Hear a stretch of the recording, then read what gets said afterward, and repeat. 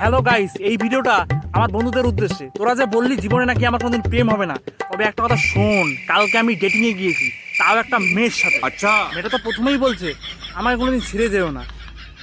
রেস্টুরেন্টের বিল মেটাই দিল। আমি তো অবাক। আমার তো মনে হচ্ছিল মাকে একবার ফোন করে বলি, মা বৌমা পেয়ে গেছি, বরণ ডালাটা রেডি করো। মেয়েটা যাওয়ার সময় বলছে আমাদের ফেসবুক অ্যাকাউন্টগুলো কি আমরা এক্সচেঞ্জ করতে পারি? আমি বললাম হ্যাঁ, করাই যেতে পারে।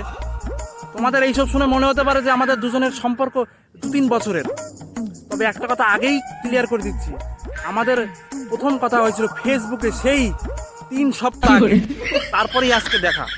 সেই দিন রাতেই 12টার দিক দিয়ে মেয়ের ফোন আসলো। ওই সময় মেয়ে কোনোদিনও ফোন করে না। আমি ভাবলাম হয়তো বিয়ের জন্য প্রপোজাল দিবে। আমি তো বন্ধু 2 সেকেন্ডের মধ্যে প্রি ওয়েডিং কোথায় কোথায় করবো সেটাও ভেবে নিয়েছি। মেয়েটার ফোন আসলো। মেয়েটা বলছে তুমি তোমার ফেসবুক অ্যাকাউন্টের পাসওয়ার্ডটা চেঞ্জ করো। আমি বললাম কেন?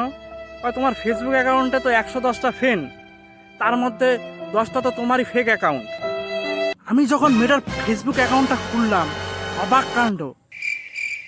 লাস্ট মেসেজটা আমার বন্ধুর লিখেছে, তুমি ওই ছেলের সাথে কথা বলো না, সে চরিত্র ভালো না, এর আগে 10টা মেয়ের সাথে প্রেম করেছে, তুমি 11 নাম্বার।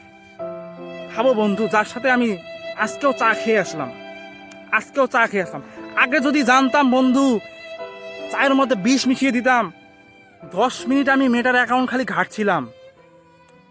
51টা আননোন অ্যাকাউন্ট থেকে মেসেজ, 12টা ফ্রেন্ড রিকোয়েস্ট। আমি বন্ধু 3 বছর থেকে রেলের জন্য প্রিপারেশন নিচ্ছি। এমন কম্পিটিশন রেলের মধ্যেও নেই। আমার তো রেলের চাকরি হলো না, কিন্তু প্রেম একটা করতে পেরেছি বন্ধু। তাই বলছি, লেগে থাকো, হাল ছেড়ো না। অবশ্যই চাকরি না হোক, প্রেম তো হবে।